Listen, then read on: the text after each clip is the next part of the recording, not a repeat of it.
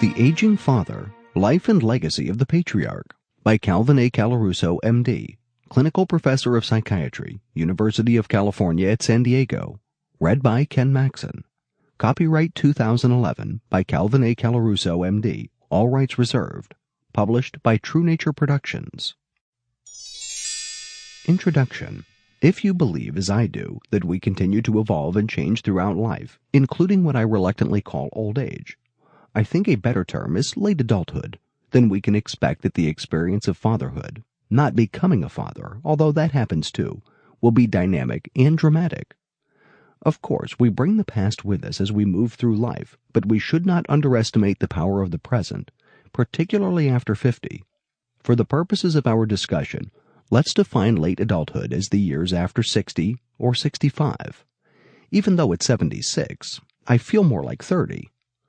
Like all relationships, fatherhood is not a static experience, nor is it easily described, since one can become a father at 13 or 83, to say nothing of the fact that biological fatherhood cannot be equated with psychological fatherhood, and that fathers come into being through intercourse or adoption, and may be straight or gay. I'm going to focus primarily on the developmental experience of most fathers, those who became biological parents in their 20s or 30s and become grandfathers or great-grandfathers a generation or two later.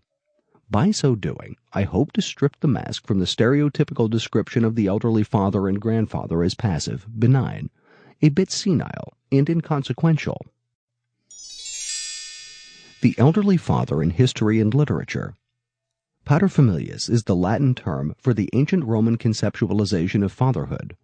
As described by Colleen McCullough in her wonderful series of historical novels about Roman life, the paterfamilias was the head of the family. His right to do as he pleased with his family was rigidly protected by law.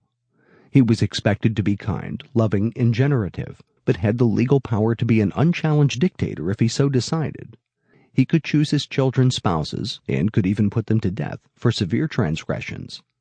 Modern-day versions of the paterfamilias still exist in some cultures, but in the Western world such total paternal power exists only in the realm of fantasy, film, and literature. The following two examples are among the most illustrious because they not only portray aspects of the paterfamilias, but also vividly illustrate the enormously powerful dynamic conflicts that determine the interactions between elderly fathers and their children.